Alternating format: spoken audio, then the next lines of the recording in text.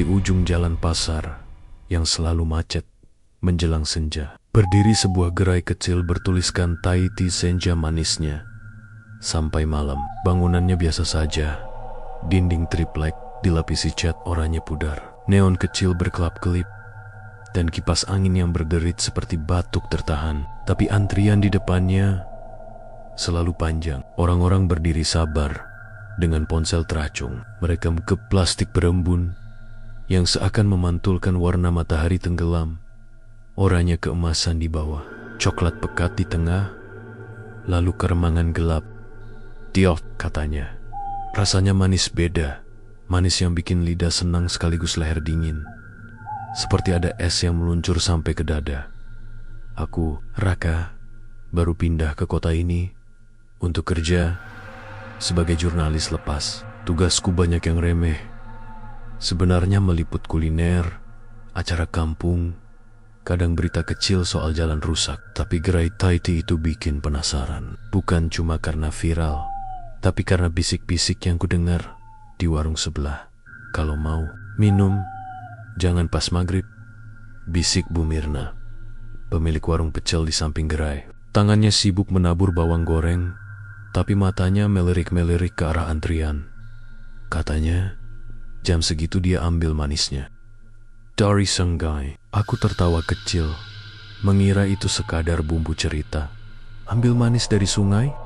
Ritual, sahutnya pelan. Tiap malam, ada boneka, darah.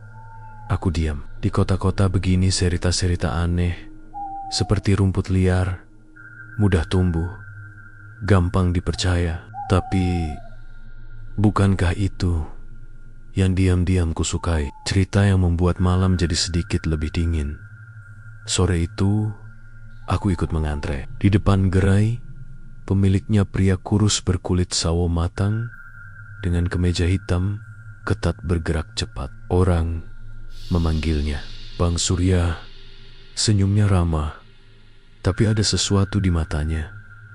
Bening yang terlalu bening, seperti kaca. Tangannya cekatan menuang teh, susu, dan gula aren dari botol kaca yang selalu ditutup rapat. Setiap kali tutup dibuka, aroma manisnya langsung menampar hidung. Kuat dan bersih. Tidak seperti gula yang biasa kupakai di rumah. Reguler atau ekstra manis? Tanya Bang Surya, menatapku. Aku spontan ingin berkata, biasa saja. Tapi entah, kenapa lidahku justru berkata, ekstra manis, Bang. Bang Surya tersenyum tipis, seolah sudah menebak jawabanku. Dia mengangkat satu botol kecil, lain botol yang belum kulihat dipakai untuk pembeli sebelumnya. Cairannya lebih gelap dari gula, aren, nyaris hitam ketika diteteskan, lalu entah bagaimana langsung menyatu, membuat lapisan teh terlihat lebih hidup. Aku menelan ludah, bukan jijik, bukan pula takut, justru penasaran. Cup plastik itu berpindah ke tanganku. Dingin, embun menetes di jari seperti titik-titik kaca. Aku seruput. Manisnya memang beda.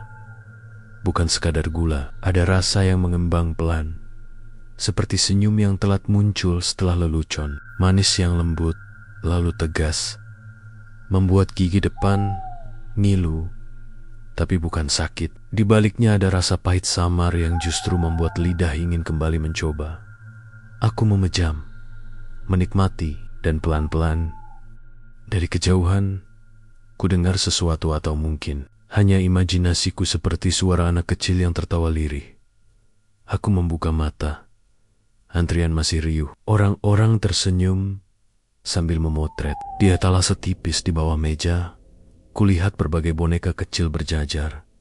Kelinci, beruang, dan satu yang mirip anak perempuan, semuanya berdebu. Hanya boneka anak perempuan itu yang terlihat baru. Pita merahnya bersih, tapi ada noda coklat pucat di ujung gaunnya. Aku menatap lebih lama. Noda itu bukan coklat. Teksturnya terlalu tipis, terlalu meresap. Lucu ya koleksinya, kataku basa-basi. Bang Surya menunduk sekilas, masih mengaduk es. hiburan, buat nemenin kerja. Beli di mana? Dia berhenti. Seperti berpikir, ada yang ngasih. Siapa?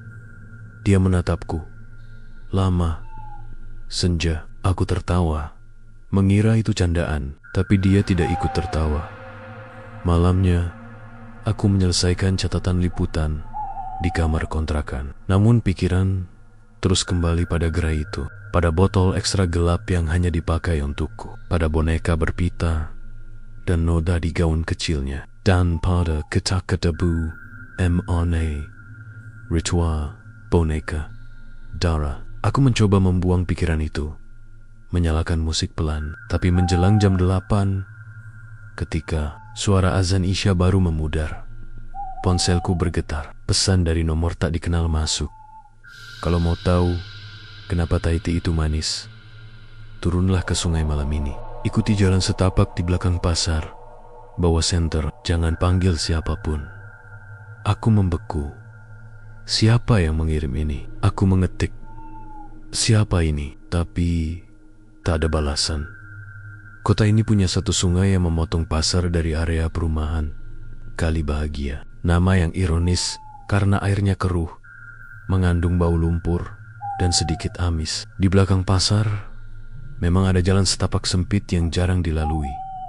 Melewati pohon bambu dan lapak-lapak yang ditutup terpal. Aku berdiri lama di depan cermin, mempertimbangkan ini bisa saja jebakan. Tapi rasa ingin tahuku menjerit. Akhirnya, aku mengambil jaket tipis, senter kecil, dan perekam suara kebiasaan lama yang sulit dihilangkan. Langit gelap, tapi sisi barat masih menyisakan garis oranye redup. Senja benar-benar seperti ditahan agar tidak hilang, menggantung pasrah di ujung mata. Jalan setapak itu sepi, hanya suara gesekan bambu dan langkahku sendiri. Terpalapak sesekali bergeser terkena angin, seperti tangan yang ragu menyentuh.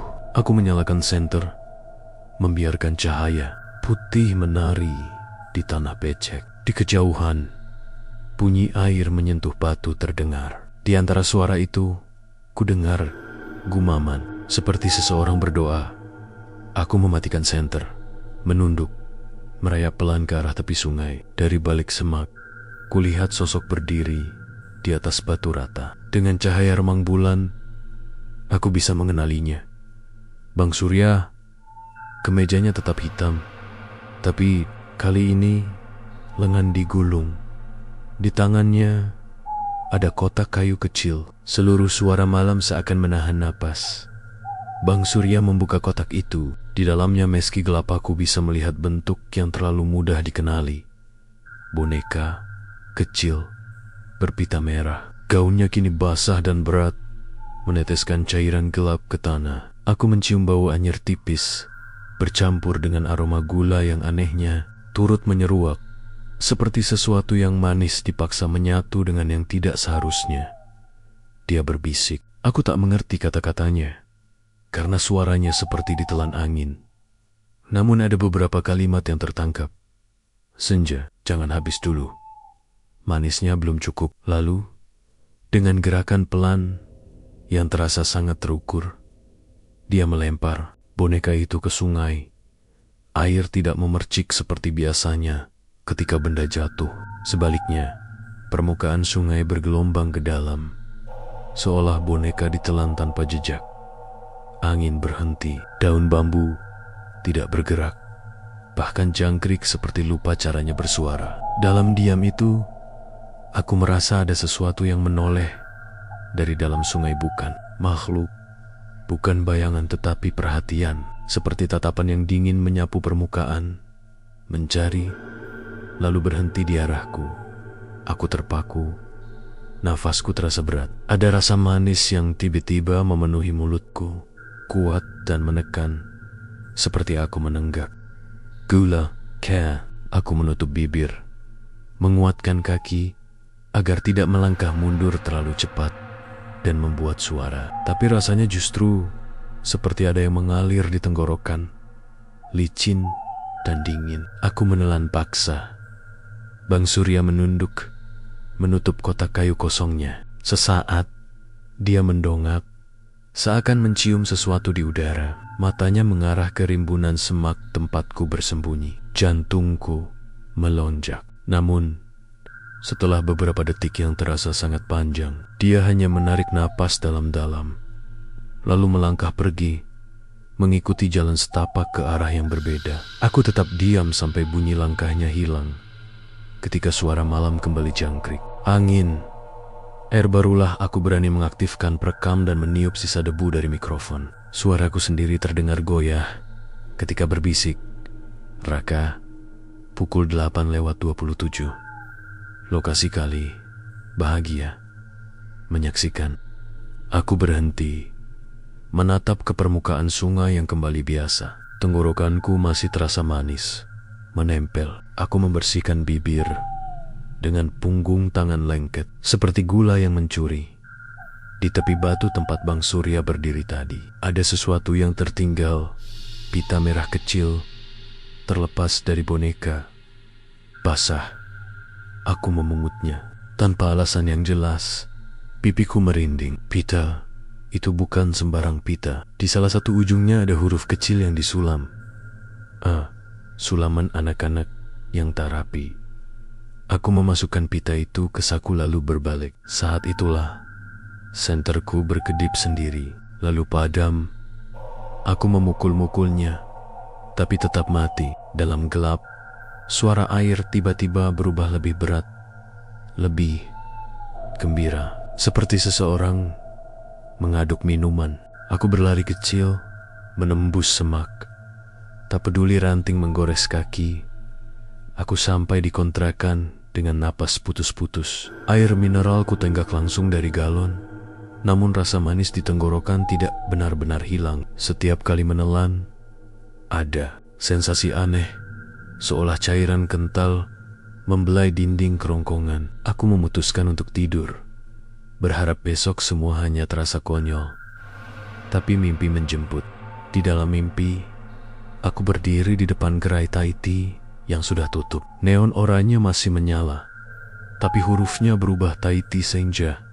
Manisnya sampai tumbal. Di meja, botol-botol kaca berbaris seperti pasukan. Isinya berputar sendiri, membentuk pusaran. Dari pusaran itu, boneka kecil bermata kosong keluar satu persatu, berjalan di atas meja dengan langkah kecil seperti anak yang baru belajar jalan. Mereka tertawa tanpa suara, lalu satu demi satu melompat ke dalam cup, menghilang di antara es batu. Di cap terakhir, aku melihat wajahku sendiri terpantul pada plastik, tapi mataku tidak berkedip, hanya memandangi, seperti menunggu saat untuk tenggelam.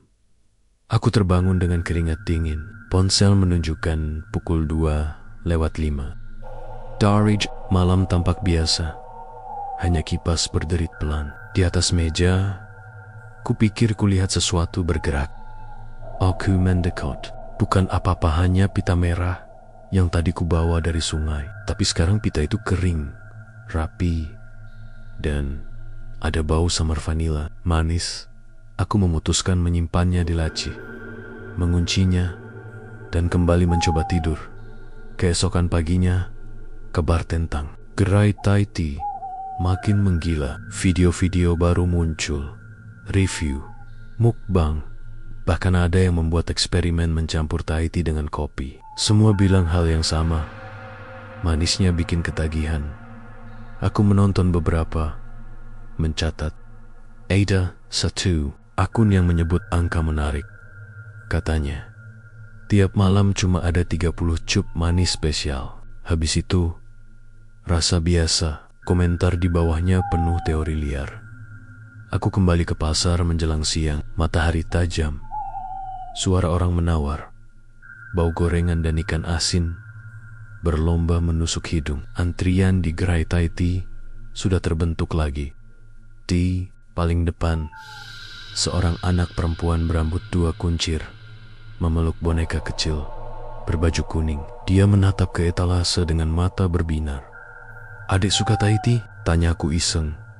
"Enak," jawabnya singkat. "Tapi mama bilang Jangan minum pas senja. Senja itu punya orang lain. Orang lain, ada yang jaga, katanya lirih, lalu menunduk pada bonekanya. Seolah boneka itu mengingatkan agar tidak bicara lebih jauh. Giliran si anak memesan. Bang Surya menyapanya ramah, bahkan mengelus kepala kecil itu. Sesaat, aku melihat sesuatu di pergelangan tangannya, bekas luka tipis, membentuk garis memanjang, seperti goresan lama. Dia menuang, mengocok, menutup cup, lalu menyerahkan. Ketika kupikir semuanya akan berjalan biasa, embun di dinding kop si anak menggambar sesuatu, bukan kabut, acak melainkan garis-garis yang bersatu membentuk angka. Keenam. Anak itu tertawa. Nomorku 6. Lucu ya, Ma. Mamanya ikut tertawa, tak melihat keanehan. Tapi aku menahan napas. Angka itu tidak hilang, seperti ditulis dari dalam. Aku memesan lagi kali ini. Biasa saja. Saat Bang Surya mengulurkan cup milikku, embun menetes ke punggung tanganku. Dingin. Cupku tampak normal, tanpa angka. Tapi ketika ku goyang pelan, ku bayangkan ada sesuatu yang bergerak di dalam. Bukan es, bukan boba, melainkan benda lembut yang menyentuh dinding plastik. Menunggu, jatuh. Bang, kataku, pura-pura santai. Koleksi boneka di etalase kok berubah ya? Ada yang hilang? Bang Surya menoleh. Etalase kosong. Semua boneka yang kemarin kulihat, kelinci, beruang, anak perempuan, tidak ada. Hanya ada satu benda, pita merah yang diikat menjadi bunga kecil. Bosan, katanya ringan, tanpa melihatku. Dipindah. Kemana? Ke tempat yang lebih tenang. Aku menelan ludah, merasakan lagi manis yang terlalu kuat di kerongkongan. Bang, malam tadi ada acara di sungai. Dia berhenti mengaduk, menatapku. Kali ini lama sekali. Kamu suka nonton sungai, Raka? Darahku terasa surut. Kok tahu nama saya? Dia tersenyum. Kota ini kecil. Wartawan baru cepat dikenal. Senyumnya lebar, tapi matanya tetap bening dan dingin. Kalau kamu mau nulis tentang gerai ini, tulis yang bagus-bagus. Pembeli suka cerita manis. Kalau saya tulis yang lain, ulangnya pelan. Lebih baik disimpan sampai waktunya. Waktunya kapan? Bang Surya memiringkan kepala, seolah mendengar musik yang hanya dia yang tahu. Senja. Aku mundur satu langkah. Bu Mirna dari warung sebelah memanggilku. Rak, sini dulu. Aku menghampiri. Dia menurunkan volume radio lalu berbisik. Tadi pagi ada kabar. Anak kelas 4 SD di kampung seberang hilang sejak kemarin sore. Pulang les, gak sampai rumah. Dadaku menegang. Namanya siapa? Alma. Jawabnya. Orang-orang lagi cari. Ujung pita di saku laci kontrakan terbayang. Huruf A yang disulam jelek. Perutku mual. Bu Mir, kataku, berusaha menahan gemetar. Bu pernah lihat Bang Surya ke sungai? Bu Mirna menatap ke arah antrian. Saya nggak pernah lihat langsung. Tapi ada tukang beca yang bilang, tiap malam dia lewat sana bawa kotak. Kadang ketemu boneka ngambang. Pagi-pagi, aku menutup wajah dengan kedua tangan, menarik napas panjang. Logika aku berusaha menekan ketakutan. Anak hilang, bukan berarti. Sungai, boneka, darah di gaun. Jangan lompat ke kesimpulan. Tapi rasa manis di tenggorokan justru makin kuat. Seperti memperolok. Kau sudah menelan. Raka, kau sudah ikut. Siang itu, aku pulang lebih awal. Di kontrakan, aku membuka laci. Pita merah yang semalam kutaruh rapi, sekarang terikat menjadi simpul yang lebih kecil dan baunya. Bukan vanila lagi. Ada wangi samar matahari seperti bau rambut anak-anak yang habis bermain di luar. Aku menatap pita itu lama. Kemudian, hampir tanpa sadar, aku menyalakan perekam, menekan tombol merah. Raka, suaraku terdengar di ruangan sempit itu. Aku punya bukti kecil. Pita. Ada huruf A. Aku butuh. Jawaban. Tombol berhenti. Kuklik. Kupikirkan rencana perlu rekam, perlu senter baru, mungkin kamera. Sore ini aku harus kembali ke sungai. Kalau memang ada ritual, aku harus menangkapnya. Bukan untuk sensasi. Untuk apa ya? Untuk menenangkan rasa manis yang tak mau hilang. Untuk mengembalikan sesuatu yang mungkin sedang diambil orang. Menjelang senja, langit berubah menjadi oranye. Tepat seperti warna di Cup Tahiti. Aku berjalan lagi ke belakang pasar. Kali ini dengan langkah yang lebih mantap. Angin membawa suara yang familiar, suara antrian di gerai, tawa, dan sebuah melodi yang sangat pelan. Seperti lagu Nina Bobo di tepi, Sanggai. Suasana tak banyak berubah. Batu rata itu masih di tempatnya. Namun sekarang ada sesuatu yang menggantung di cabang bambu. 3 boneka kecil, basah, seakan baru diangkat dari air, lalu dijemur tanpa matahari. Jantungku memukul-mukul dada. Aku menyalakan kamera ponsel, menzoom, berusaha tidak linglung. Ketika ku perhatikan lebih dekat, tidak ada. Setiap boneka ada huruf yang disulam dengan benang putih. M-A-N. Aku membatin. Mana apa maksudnya?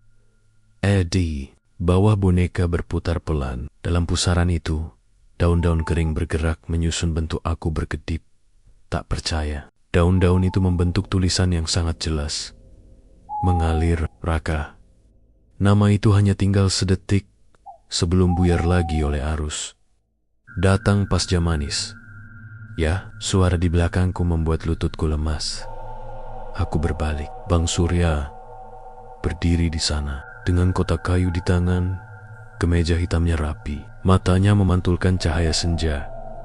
Untuk yang menyaksikan, katanya sambil membuka kotak. Di dalamnya ada boneka lain, gaun putihnya bersih, pita merah di rambut. Di ujung gaun, noda coklat yang baru masih basah. Aku menelan, merasakan lagi manis menyengat naik ke hidung.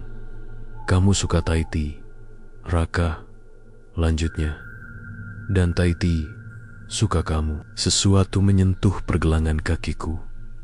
Dingin, kecil, seperti tangan yang salah ukuran. Aku menjerit tanpa suara, mundur selangkah, dan hampir terpleset. Kamera di ponselku merekam langit, bambu, air, semuanya berputar. Saat kamera menoleh lagi ke arah boneka, untuk sepersekian detik, aku melihat bibir jahitannya bergerak, bukan membuka, bukan bicara, tetapi berkedut kecil. Seperti menahan tawa, Bang Surya menatapku, menunduk sedikit seolah memberi salam. Babak pertama selalu dimulai saat senja, katanya pelan. Setelah itu, manis akan meminta yang paling kau sembunyikan. Sungai mendadak hening sekali, seakan seluruh kota menunggu jawabanku. Aku ingin lari, tapi kakiku tertancap di tanah. Di dalam kotak, boneka baru itu menjadi satu-satunya benda yang rapi. Peta merahnya rapi, bersih, dengan huruf A yang disulam lebih bagus daripada pita yang kusimpan di laci. Ambil, kata Bang Surya, mengulurkan kotak. Aku menatap kotak itu, menatap senja yang seolah tak kunjung habis, menatap air yang berputar seperti minuman diaduk. Di kejauhan, azan maghrib mulai berkumandang, panjang dan merambat di udara. Dan untuk pertama kalinya, manis di tenggorokanku terasa seperti belenggu. Aku mengangkat tangan bukan untuk menerima, melainkan untuk menyalakan perekam suara, memastikan setiap kata tertangkap. Bang, suaraku parau. Manisnya dari mana? Bang, Surya tersenyum, menoleh pada sungai, lalu pada senja yang seperti enggan jatuh. Dari yang paling tidak kau sangka, jawabnya pelan. Dari senja yang menahan pulang, dari tawa yang belum sempat habis. Azan selesai, angin berhenti. Boneka-boneka di cabang bambu, berayun serempak pelan, dan di ujung gaun masing-masing, setitik cairan gelap jatuh ke air, menimbulkan lingkaran kecil yang segera hilang. Di shot itulah, entah dari mana, aku mendengar suara anak kecil sangat dekat, sangat jernih berbisik di telingaku. "Bang Raka, jangan minum pas senja." Gelap pelan-pelan mengambil sisa cahaya, dan babak pertama baru mulai. Pagi itu matahari terasa biasa saja, tapi tubuhku tidak. Aku bangun dengan tenggorokan yang masih lengket, seolah semalam aku minum segelas sirup pekat yang tidak bisa hilang walau berkali-kali ku teguk air. Mulutku kering, tapi sekaligus ada sensasi manis yang tidak wajar, manis yang menempel. Aku mencoba mengalihkan pikiran dengan rutinitas, menyeduh kopi sachet, membuka laptop, dan menulis catatan liputan kemarin. Tapi tiap kali jariku mengetik kata Tahiti, bayangan boneka basah di cabang bambu itu muncul lagi. Huruf-huruf sulaman di dadanya, tetesan gelap yang jatuh ke sungai, dan suara lirih anak kecil yang berbisik di telingaku. Aku menutup laptop. Mustahil aku bisa menulis dengan kepala yang penuh. Menjelang siang, aku nekat ke pasar lagi. Gerai Tahiti tetap ramai seperti biasa. Bang Surya bekerja dengan ritme yang sama, senyum ramah, tangan cekatan, botol kaca yang sesekali mengeluarkan aroma gula pekat. Orang-orang di antrian tertawa, merekam, seakan tidak ada yang aneh. Aku memperhatikan setiap cup yang berpindah tangan. Ada cup yang tampak biasa. Ada juga beberapa yang embunnya menggambar sesuatu samar garis, titik, bahkan angka tapi para. Pembeli hanya menganggap itu kebetulan. Aku mendekat ke warung Bu Mirna. Dia menyapaku tanpa senyum. "Kamu pulang jam berapa semalam, Rak?" Aku tercekat. "Bu, tahu saya ke sungai? Orang sini gampang lihat. Ada tukang becak yang bilang kamu lewat jalan bambu." "Hati-hati, Rak. Kalau sudah ikut lihat, kadang susah lepas." Aku duduk, mencoba mengumpulkan keberanian. "Bu, boneka yang Bang Surya lempar ke sungai itu, apa benar ada hubungannya sama anak-anak yang hilang?" Bu Mirna menatapku lama. "Dulu, sebelum gerai itu buka, sudah ada 1-2 anak hilang. Tapi sejak dia buka, hilangnya makin sering. Dan anehnya, tiap kali ada anak hilang, gerainya justru makin ramai." Aku merinding. Kenapa orang-orang masih mau beli? "Karena rasanya bikin ketagihan," jawabnya lirih. "Kamu pun sudah coba kan?" Aku terdiam. Lidahku bergetar. Memang benar, meski sudah tahu ada sesuatu yang janggal. Ada bagian dari diriku yang ingin merasakan lagi manis itu. Sore menjelang, aku memutuskan untuk kembali menyelidiki. Kali ini dengan persiapan lebih baik. Perekam suara kamera ponsel, bahkan senter baru. Tapi ada hal yang membuat langkahku ragu. Pita merah di laci kontrakan. Saat ku buka laci tadi siang, pita itu sudah berubah bentuk. Semalam hanya simpul kecil, sekarang terikat menjadi bentuk kupu-kupu yang rapi. Aku yakin aku tidak menyentuhnya. Baunya pun berubah lagi kali ini, seperti bau rambut anak-anak setelah keramas. Aku memasukkan pita itu ke dalam kantong. Kenapa aku merasa pita ini bukan sekadar barang bukti? Rasanya seperti tanda. Atau andengen. Senja datang lagi. Langit Oronai. Aku berjalan ke arah sungai, lewat jalan bambu yang sama. Kali ini aku tidak bersembunyi di semak. Aku berdiri agak jauh, cukup jelas untuk melihat batu rata, tempat Bang Surya biasa melakukan ritual. Dan benar saja, dia muncul. Kotak kayu di tangan, kemeja hitam, langkah tenang. Tapi kali ini, dia tidak sendirian. Ada seorang anak laki-laki berjalan di belakangnya, sekitar usia 9 atau 10 tahun, dengan mata kosong dan boneka beruang kecil di pelukan. Jantungku hampir berhenti. Aku ingin menjerit, tapi mulutku terkunci. Bang Surya membuka kotak. Di dalamnya ada boneka lain gaun biru, rambut kain coklat, dan noda hitam di dada. Dia meletakkan boneka itu di atas batu, lalu menoleh ke arah anak kecil yang bersamanya. "Manis itu butuh teman," katanya pelan. "Kau bawa temanmu kan?" Anak kecil itu mengangguk lemah, lalu menanduk. Boneka beruang di pelukannya jatuh ke tanah. Tanpa ragu, Bang Surya mengangkat boneka itu dan meletakkannya di sebelah boneka dalam kotak. Lalu, dengan suara lirih yang sama seperti kemarin, dia mulai berdoa.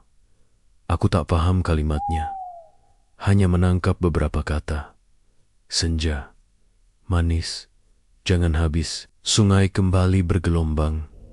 Angin berhenti. Aku bisa mendengar bunyi air berputar, sama persis seperti es batu yang diaduk dalam gelas. Boneka beruang dan boneka gaun biru perlahan digeser ke tepi batu, lalu didorong masuk ke arus. Aku menggigil, bukan karena dingin, tapi karena melihat wajah anak kecil itu. Dia tidak menangis, tidak ketakutan, justru tersenyum tipis. Seakan lega, Bang Surya berlutut, menepuk bahu anak itu. "Sekarang manisnya akan bertahan lebih lama. Kau sudah membantu. Aku tak tahan lagi." Aku menyalakan perekam suara, lalu melangkah keluar dari persembunyian. "Bang Surya?" Dia menoleh. Senyumnya tetap tenang. "Raka." Aku menunjuk anak kecil itu. "Apa yang kau lakukan sama dia?" Anak kecil itu memandangku, lalu berkata dengan suara datar, "Aku cuma ikut supaya mama gak sedih lagi." Kata-katanya menusuk. "Maksudmu apa?" Bang Surya berdiri, menutup kotak kayu.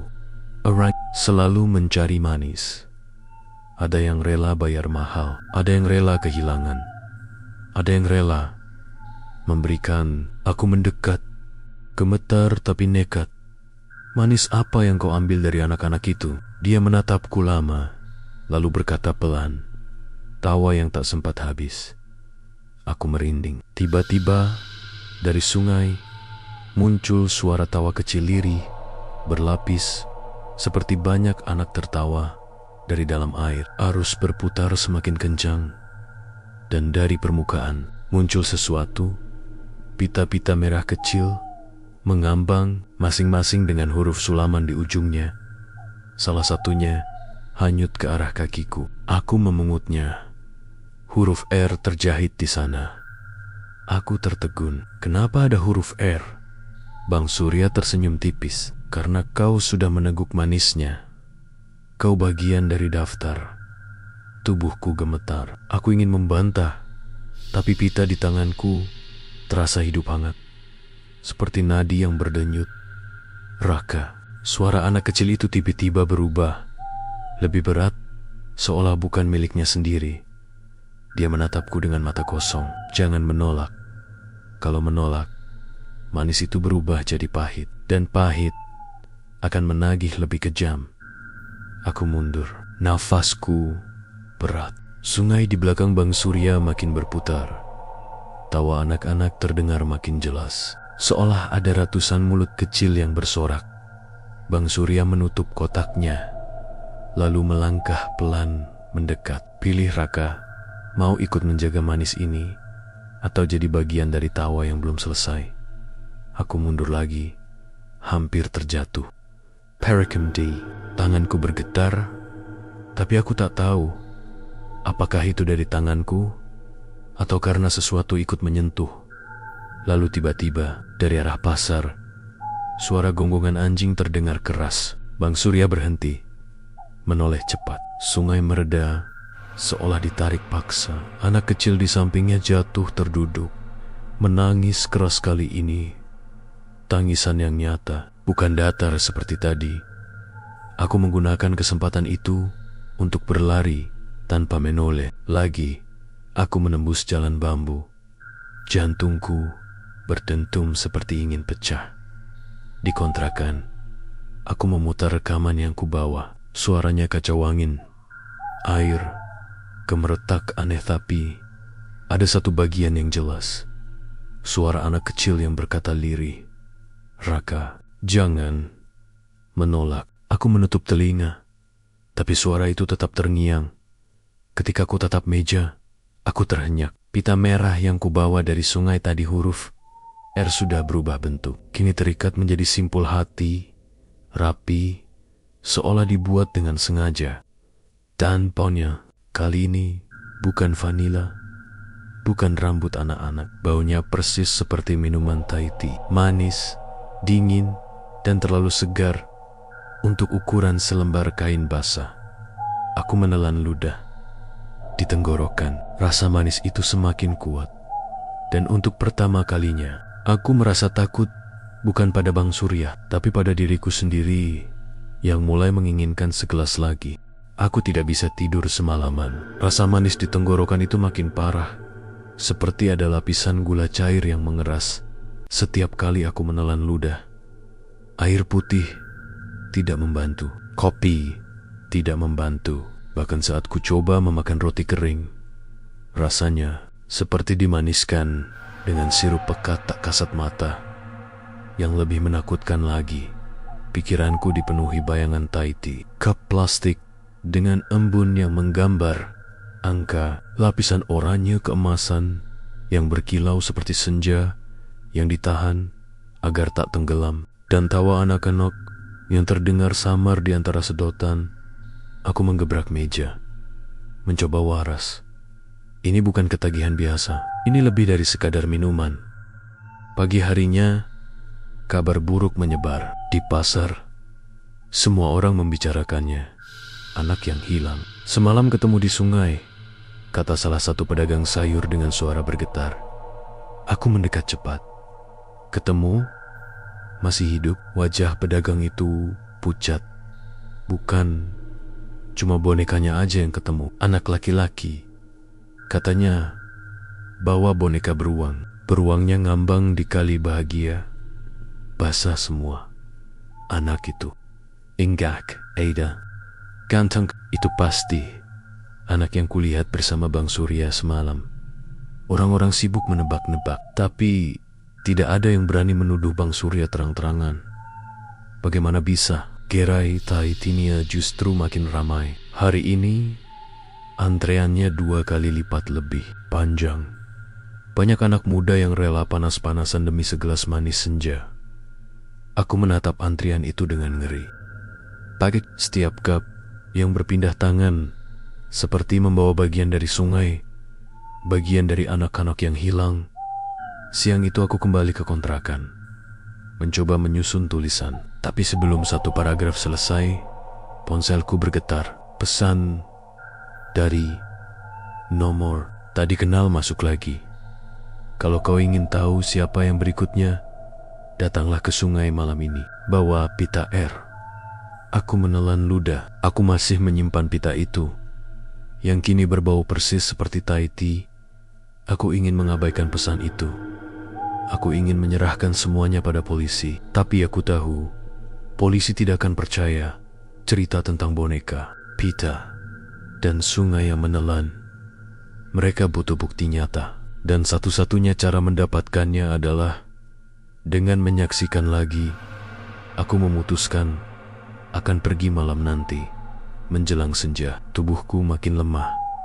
Aku merasa haus, tapi bukan haus biasa. Haus yang hanya bisa dipadamkan dengan satu hal: segelas Thai tea dari gerai itu.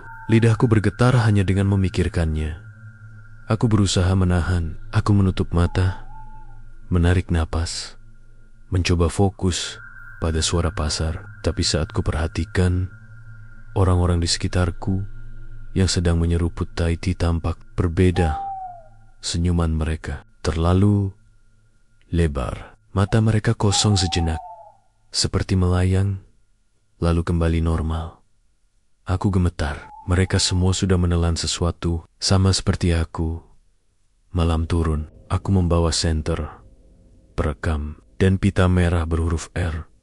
Jalan bambu itu lebih sepi dari sebelumnya. Angin hampir tak bergerak. Kali ini, aku tak sendirian. Ada suara langkah lain yang menyusul di belakangku. Aku menoleh. Seorang perempuan muda. Wajahnya pucat, rambut terikat asal. "Mas Raka?" tanyanya dengan suara parau. Aku mengerutkan kening. "Kamu siapa?" "Aku Lila, kakaknya Alma." Darahku dingin. Alma. Nama itu terhubung dengan pita huruf A yang pertama kali kutemukan. Lila menggenggam tanganku. Aku tahu Mas Raka juga mencurigai dia. "Aku lihat Mas kemarin di tepi sungai. Tolong, aku cuma mau tahu adikku ada di mana." Aku ingin menjawab, tapi suara dari arah sungai membuatku membeku. Suara tawa. Bukan satu, tapi banyak. Lirih, bergelombang seperti ratusan anak kecil bermain bersama. Kami berdua mendekat, bersembunyi di balik rumpun bambu. Dari Selania, kami melihat Bang Surya berdiri di batu rata lagi, kotak kayu di tangan. Kali ini ada 2 boneka di atas batu. Satu bergaun putih, satu bergaun kuning. Lila menutup mulutnya dengan kedua tangan, tubuhnya bergetar. Itu boneka Alma!" Aku menahan lengannya agar tidak melompat keluar. "Jangan gegabah." Bang! Surya berlutut, meletakkan pita merah di dada masing-masing boneka. Dari jauh aku bisa melihat jelas huruf yang terjahit. A dan lebar. Alma. Lila. Aku menelan ludah. Jadi bukan hanya anak-anak yang menjadi tumbal. Siapapun yang ditandai dengan pita, cepat atau lambat akan ikut. Sungai kembali berputar. Tawa makin keras. Air seakan mendidih, mengeluarkan buih-buih kecil. Bang Surya berdoa. Suaranya lirih, namun menusuk telinga. Aku dan Lila saling pandang. Wajahnya penuh ketakutan. "Mas, kalau boneka itu dilempar, Alma nggak akan kembali," bisiknya dengan suara bergetar. Aku tahu dia benar. Saat itu, tanpa rencana jelas, aku berdiri. Senter di tanganku kuterangi ke arah Bang Surya. "Berhenti, Bang!" teriakku. Bang Surya menoleh. Matanya berkilat aneh di bawah cahaya senter. "Raka, kau bawa pita air?" Aku menggenggam pita itu erat-erat di saku. "Apa yang kau lakukan sama anak-anak itu?" Dia tersenyum tenang sekali. "Aku tidak mencelakai mereka. Aku hanya menjaga." Manisnya tetap ada. Dunia ini terlalu pahit, Raka. Orang-orang butuh manis yang abadi, dan itu hanya bisa lahir dari tawa yang belum selesai. Tawa? Ya, setiap anak tertawa dengan murni, tapi tawa itu akan hilang saat dewasa. Aku simpan tawa itu sebelum hilang. Aku beri pada dunia lewat Tahiti. Itu barter yang adil, bukan? Aku merasa mual. Adil. Mereka hilang, Bang. Kali hancur. Bang Surya menghela napas. Manis selalu butuh tumbal, sama seperti gula yang diambil dari tebu-tebunya mati, tapi manusia bahagia. Lila tak tahan lagi. Dia berlari keluar dari persembunyian, menjerit, "Kembalikan Alma!" Bang Surya menoleh padanya, lalu tersenyum tipis. "Ah, Lila." Pita berikutnya. Air sungai mendadak melompat, seperti tanggon-tanggon kecil yang ingin meraih. Lila tersandung, hampir jatuh ke arus. Aku segera menariknya. Tapi pita merah di sakuku terlepas, terbang ditiup angin, lalu jatuh tepat di batu di depan Bang Surya. Dia memungut pita itu, menunjukkannya padaku. Huruf R. "Sudah waktunya, Raka." Aku. Lila menatapku dengan wajah putus asa. "Mas, jangan, biarin dia." Bang Surya mengangkat kedua boneka di atas batu, lalu melemparnya ke sungai. Air menelan keduanya tanpa jejak. Suara tawa anak-anak langsung memenuhi udara. Makin keras, makin dekat, hingga terdengar tepat di telinga kami. Aku merasa ada sesuatu meraih pergelangan kakiku dingin, kecil, seperti tangan anak. Leila menjerit, menarik tubuhku sekuat tenaga. Bang Surya menutup kotaknya dengan tenang. "Senja sudah habis. Pahit akan datang kalau kau menolak. Raka, ingat itu." Air sungai tiba-tiba meledak ke atas. Cipratannya mengenai wajahku. Rasanya manis bukan asin, bukan bau lumpur. Manis seperti gula cair. Aku memuntahkannya, tapi lidahku tetap lengket. Bang Surya melangkah pergi tanpa menoleh. Sementara itu di Tenggarus, aku melihat bayangan anak-anak kecil muncul sebentar, tersenyum, lalu menghilang ke dalam pusaran. Aku dan Lila berhasil kembali ke kontrakan dengan tubuh basah kuyup. Dia menangis sepanjang jalan. Aku membuka perekam untuk memastikan ada bukti. Suara tawa anak-anak terekam jelas. Bahkan ada satu suara yang berkata lirih, "Raka, giliranmu sebentar lagi." Aku terdiam, gemetar. Lila menatapku dengan mata bengkak. "Mas, apa yang harus kita lakukan? Kalau kita diam, dia akan terus ambil anak-anak lain." Aku menatap pita merah di tangan huruf R yang kini berubah warna. Tidak lagi merah segar, tapi lebih gelap, seperti direndam dalam cairan coklat pekat. Aromanya menusuk, persis seperti Thai tea yang baru diseduh. Aku menutup mata. Rasa manis di tenggorokan makin kuat, dan untuk pertama kalinya, aku merasa aku tidak lagi sekadar saksi. Aku sudah ditandai, dan manis itu, cepat atau lambat, akan menagih sesuatu dariku. Malam itu, suasana kota kecil itu terasa lebih sunyi dari biasanya. Gerai Thai tea milik Rama tetap dipenuhi pembeli. Namun ada sesuatu yang berbeda. Beberapa pelanggan mengeluh setelah meminum minuman itu. Ada yang merasa pusing, ada yang mewah. Bahkan ada yang mengatakan mereka melihat bayangan gelap di dalam gelas mereka. Namun anehnya, bukannya takut pelengan-pelengan itu justru tertawa sambil terus meneguk minuman yang mereka beli. Seolah-olah mereka ketagihan dengan rasa manis yang melampaui batas wajar. Rama berdiri di balik meja kasir, memperhatikan semua itu dengan senyum tipis. Tatapannya kosong, seakan pikirannya bukan lagi di dunia ini. Tangannya gemetar setiap kali menyentuh uang kertas dari pelanggan, tapi wajahnya tetap penuh kepuasan. Sementara itu, di luar gerai, Rani semakin yakin ada sesuatu yang salah. Gadis itu sengaja duduk di bangku trotoar seberang jalan, mengamati tingkah laku Rama dan para pembeli. Matanya tak bisa lepas dari sosok Rama yang terus melirik jam dinding di gerainya. Jam menunjukkan pukul 11 malam, dan saat jarum menit melewati angka 12, Rama segera menutup gerainya, meski masih banyak pembeli yang antri. Tinggun wajah marah, ia mengusir semua pelanggan yang belum dilayani. Mereka menggerutu, tapi tetap meninggalkan tempat itu. Seolah ada kekuatan tak terlihat yang memaksa mereka patuh. Rani mengikuti Rama dari kejauhan. Pria itu membawa sebuah tas hitam besar, berjalan cepat menuju sungai di ujung kota. Sungai itu terkenal angker. Orang-orang menyebutnya Sungai Senja. Konon, banyak orang yang meninggal tenggelam di sana, dan mayat mereka jarang ditemukan.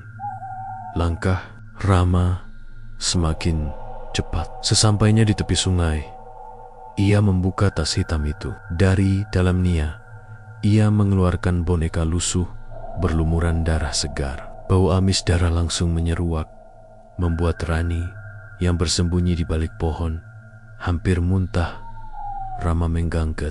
Boneka itu tinggi-tinggi, bibirnya mulai berkomat-kamit, mengucapkan mantra dengan suara rendah. Air sungai yang semula tenang mendadak bergolak. Dari permukaan air muncul jelembeng-jelembeng besar, seakan ada sesuatu yang hidup di bawah sana dan sedang menunggu tumbalnya. Tiba-tiba terdengar suara tawa, bukan tawa manusia biasa, tapi tawa berat dan serak, bercampur dengan suara gemericik air. Rama melemparkan boneka berdarah itu ke sungai. Seketika arus air menelan boneka itu dengan cepat, dan permukaan sungai kembali tenang. Rama terhuyung, wajahnya pucat, keringat dingin mengucur deras, namun matanya berbinar penuh kepuasan. Ia tersenyum, senyum manis yang membusuk. yang menandakan sebuah perjanjian gelap sedang berjalan. Dari tempat persembunyiannya, Rani gemetar hebat. Ia sadar, kini bukan hanya minuman Thai tea itu yang penuh kutukan, tapi seluruh kota bisa menjadi korban jika ritual ini terus berlanjut. Saat Rani hendak berbalik untuk pulang, tiba-tiba ia mendengar suara langkah kaki di belakangnya. Perlahan, ia menoleh dan hampir menjerit. Seseorang berdiri di sana. Seorang wanita berambut panjang, wajahnya pucat pasi dengan mata hitam legam. Wanita itu tersenyum lebar, menatap Rani dengan tatapan lapar. Manis sekali, bisik wanita itu dengan suara mengerikan. Kau juga akan jadi tumbal selanjutnya. Rani mundur dengan wajah pucat, tapi kakinya seakan membeku di tanah. Di kejauhan, Rama masih berdiri di tepi sungai. Senyumnya makin lebar, seakan tahu Rani sudah menjadi bagian dari rencananya. Malam itu, setelah menyaksikan sendiri ritual mengerikan Rama di tepi sungai, Rani pulang dengan tubuh gemetar. Langkahnya terasa berat, seakan ada bayangan gelap yang mengikuti dari belakang. Sesekali ia menoleh, tapi jalanan kosong, hanya lampu. Jalan yang temaram dan suara jangkrik yang terdengar dari kejauhan. Namun, hatinya tak bisa tenang. Saat sampai di rumah, Rani langsung mengunci pintu rapat-rapat. Ia duduk di lantai ruang tamu, menahan napas panjang. Ingatannya kembali ke wajah wanita pucat di tepi sungai senyum lebar. Mata hitam legam, suara serak yang masih terngiang di telinganya. Kau juga akan jadi tumbal selanjutnya. Rani menutup wajah dengan kedua tangan. Apa yang sudah aku lihat barusan, bisiknya dengan suara bergetar. Tiba-tiba, lampu rumahnya berkedip. Rani menoleh ke arah bohlam yang bergoyang pelan. Detik berikutnya, lampu itu mati total, menyisakan kegelapan pekat. Jantung Rani berdegup kencang. Ia meraba-raba mencari ponsel di dalam tasnya, lalu menyalakan senter. Cahaya ponsel menembus kegelapan, tapi justru membuatnya semakin takut. Di dinding ruang tamu, ia melihat sesuatu yang tak seharusnya ada. Bekas jejak tangan, panjang, tipis, berwarna merah gelap, seperti darah, menempel dari lantai sampai ke langit-langit. Ya Tuhan, Ronnie Bergidik. Langkahnya mundur perlahan. Namun sebelum sempat berpikir, terdengar suara ketukan pelan di jendela. Tok, tok, tok. Suara itu berirama, tidak cepat, tapi cukup untuk membuat bulu kuduk berdiri. Rani menelan ludah, mencoba mengintip lewat celah tirai. Yang ia lihat membuat darahnya seakan berhenti mengalir. Wanita pucat berambut panjang itu berdiri di luar jendela, menatap lurus ke arahnya. Bibirnya tersenyum lebar, tapi senyum itu tampak salah. Terlalu lebar, seolah kulit wajahnya bisa robek kapan saja. Dari sudut bibirnya, menetes cairan hitam pekat yang menodai dagunya. Rani, suara serak itu terdengar jelas padahal malut. Wanita itu tak bergerak. Aku haus, manis sekali. Aku ingin rasamu, Roni menjerit. Terjatuh ke lantai. Ponselnya terlempar. Saat ia bangkit lagi, jendela sudah kosong. Tak ada siapa-siapa di luar sana. Namun hawa dingin menusuk terasa, memenuhi seluruh rumahnya. Malam itu, Rani tidak bisa tidur. Setiap kali memejamkan mata, ia mendengar suara bisikan di telinganya. Kadang suara tawa kecil, kadang suara isakan, kadang suara Rama yang berbisik pelan. Tumbal senja tak bisa lari. Keesokan harinya, wajah Rani pucat pasi. Ia mencoba menceritakan pada tetangganya tentang apa yang dilihat semalam, tapi tak ada yang percaya. Itu cuma mimpi buruk karena kebanyakan nonton horor, kata mereka sambil tertawa. Namun anehnya, ketika Rani menyebut nama Rama, suasana mendadak hening. Beberapa orang saling pandang, lalu buru-buru mengalihkan pembicaraan. Ada rasa takut yang jelas terlihat di mata mereka, tapi tidak seorang pun berani mengatakan apa yang sebenarnya terjadi. Rani sadar, orang-orang di kota kecil itu tahu sesuatu, tapi memilih bungkam. Malam berikutnya, teror semakin menjadi. Ronnie mendengar suara langkah kaki berputar-putar di dalam rumahnya. Padahal semua pintu terkunci. Kadang terdengar suara gigi bergemeletuk di dekat telinganya. Kadang ia mencium aroma manis bercampur amis darah, persis seperti bau boneka berdarah yang Rama lempar ke sungai. Puncaknya terjadi saat tengah malam. Rani terbangun karena merasa ada sesuatu yang menindih tubuhnya. Ia membuka mata. Dawn wajah wanita pucat itu hanya berjarak beberapa senti dari wajahnya. Matanya hitam penuh, mulutnya terbuka lebar, dan dari dalamnya keluar cairan pekat yang menetes ke pipi Rani. "Aku sudah bilang, kau tumbal selanjutnya," bisik wanita itu dengan senyum mengerikan. Rani menjerit sekencang-kencangnya, tapi suara jeritannya seperti tertelan oleh kegelapan. Dan untuk pertama kalinya, Rani sadar ini bukan sekadar gangguan hantu biasa. Ini adalah bagian dari perjanjian gelap Rama dengan sesuatu yang bersemayam di Sungai Senja. Ia sudah ditandai, dan jalan keluarnya mungkin hanya satu: menghadapi langsung sang pemilik gerai Tait. Rani tak bisa lagi diam. Malam-malam penuh teror sudah membuat tubuhnya lemas, wajahnya pucat, dan pikirannya terus dihantui. Ia tahu, jika terus berlarut-larut, arwah wanita pucat itu benar-benar akan menyeretnya menjadi tumbal. Maka Shang itu, dengan sisa keberanian yang ada, ia memutuskan mencari tahu tentang sejarah sungai tempat Rama selalu melakukan ritual. Langkahnya membawanya ke rumah seorang kakek tua bernama Mbah Wiryo, orang tertua di kampung yang katanya sudah puluhan tahun tinggal di dekat Sungai Senja. Rumah kayu itu berdiri agak jauh dari jalan raya, diapit pohon besar yang menaungi halaman depannya. Saat Rani mengetuk pintu, seorang lelaki renta dengan tongkat kayu menyambutnya. "Apa kau, anak yang sering terlihat di gerai Taidi itu?" tanya Mbah Wiryo dengan suara serak. Rani menelan ludah, lalu mengangguk. "Iya Mbah, saya mau bertanya tentang Sungai Senja. Apa ada sesuatu yang bersemayam di sana?" Mbah Wiryo menatapnya lama, seakan menimbang apakah Rani pantas mengetahui kebenaran. Wajahnya kaku, matanya dalam, lalu ia menghela napas berat. "Anak muda, tidak semua orang berani menyebut nama sungai itu. Ada kutukan yang lahir sejak lama, sejak zaman penjajahan." Rani maju selangkah, duduk di kursi bambu tua di depan rumah. "Tolong ceritakan, Mbah. Saya harus tahu. Hidup saya sudah tidak tenang. Setiap malam saya diganggu, mungkin oleh penghuni sungai itu."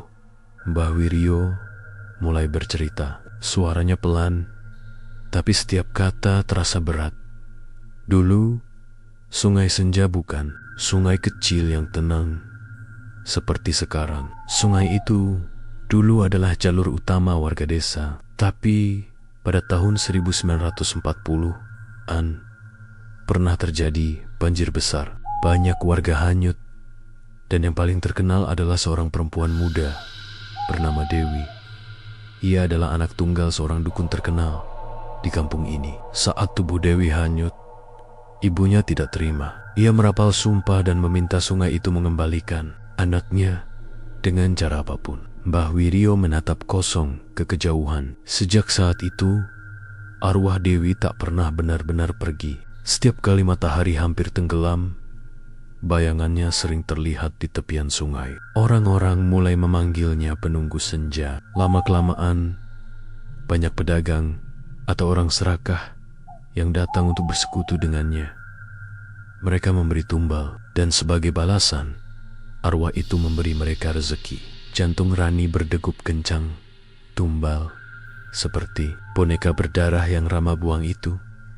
Mbah Wiryo mengangguk pelan. "Bukan sekadar boneka, nah. Itu hanya simbol. Sebenarnya yang diminta adalah rasa, darah, dan jiwa manusia. Bang, itu hanya perantara. Kalau kau sering lihat gerai Taiti itu ramai terus, itu bukan kebetulan. Rama pasti sudah menyerahkan tumbal. Rani merinding mendengarnya. Semua potongan puzzle mulai masuk akal. Rasa manis Taiti yang aneh, keramaian yang tidak wajar, ritual Rama di sungai, dan teror wanita pucat yang menghantuinya. Dengan suara bergetar, ia bertanya, "Mbah, kenapa dia mendatangi saya?" "Apa? Karena saya pernah melihat ritual itu." Mbah Wiryo terdiam lama. Lalu ia berkata lirih, "Arwah itu sudah menandai kamu. Sekali kau melihat wajahnya, ia akan menganggapmu bagian dari perjanjiannya. Dan jika Rama tidak segera memberi tumbal baru, maka arwah itu akan menjemputmu sebagai gantinya." Wajah Rani semakin pucat, tangannya bergetar.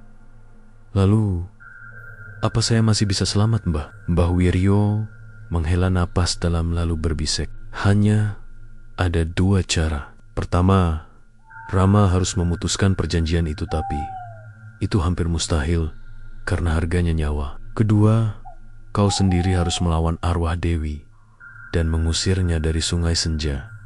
Tapi itu jalan yang penuh bahaya."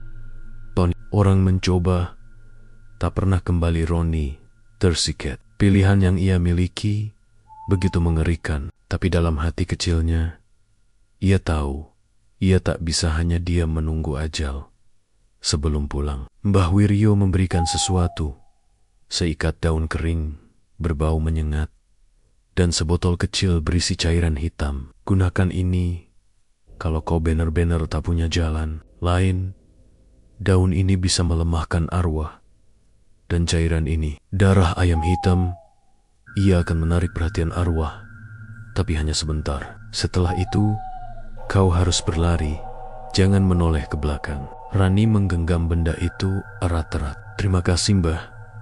Saya akan mencoba." Saat ia meninggalkan rumah tua itu, matahari sudah condong ke barat. Langit oranye keemasan perlahan berubah kelabu. Angin sore berhembus dingin, membawa aroma sungai yang basah dan anyir.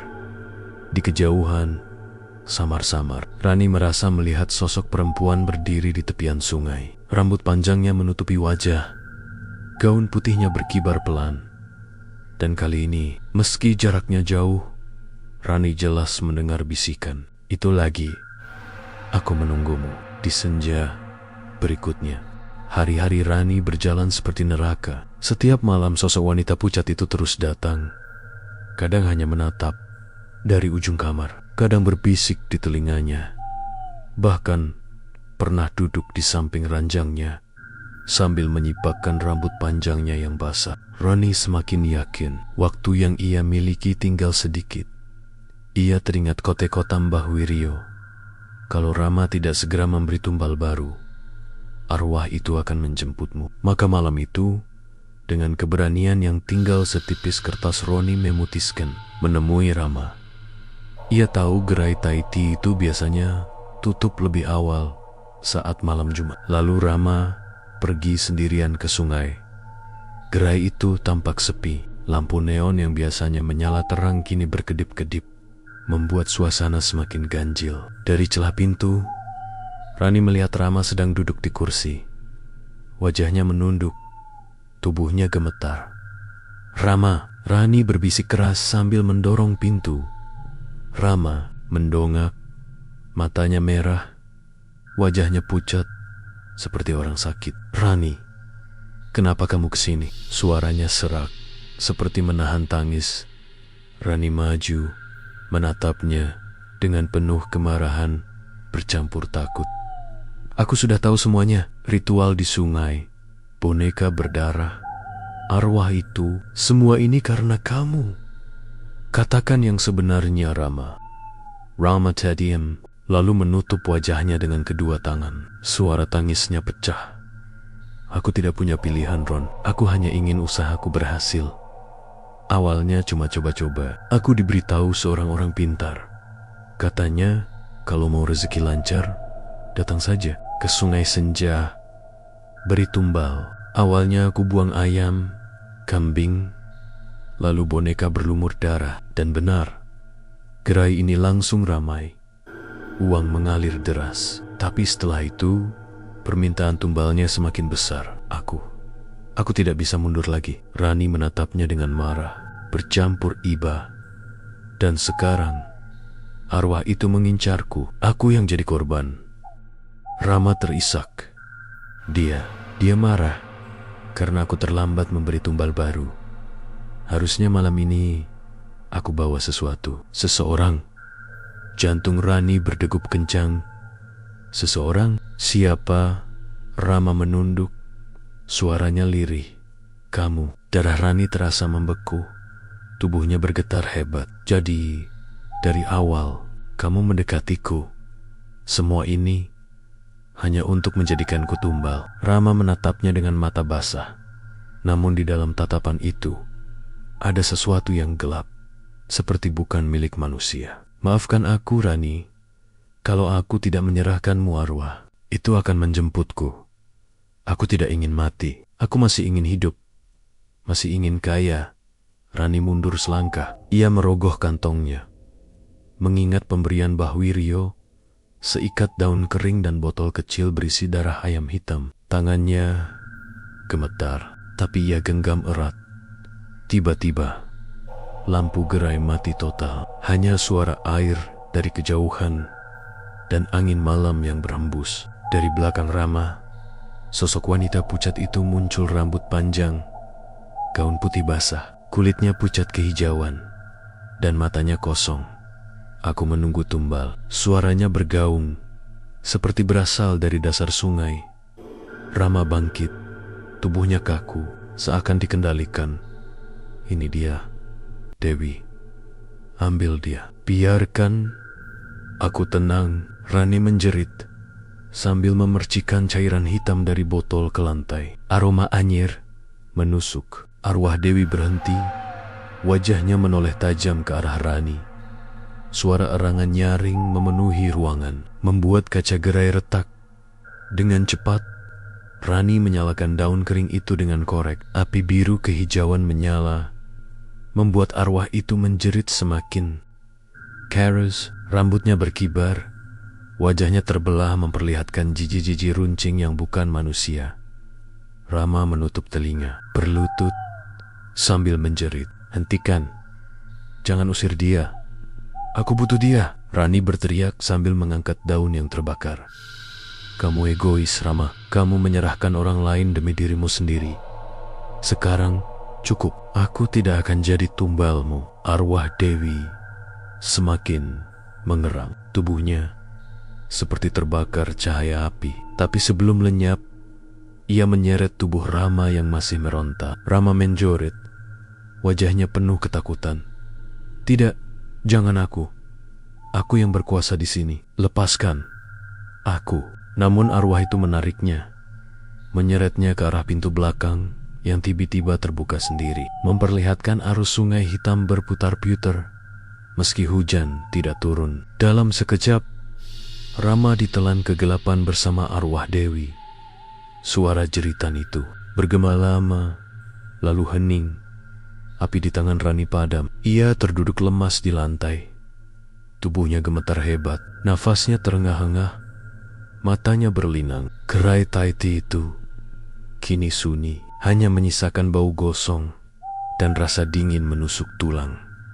Di luar, langit senja telah berubah pekat. Sungai yang ada di kejauhan tampak tenang kembali, seolah tidak pernah menelan siapapun. Rani tahu perjanjian itu telah berakhir. Rama telah menjadi tumbal terakhir. Namun, saat ia berjalan pulang dengan langkah tertatih, sebuah bisikan samar kembali terdengar di telinganya. "Rezeki manis tak pernah gratis. Suatu saat, aku akan kembali."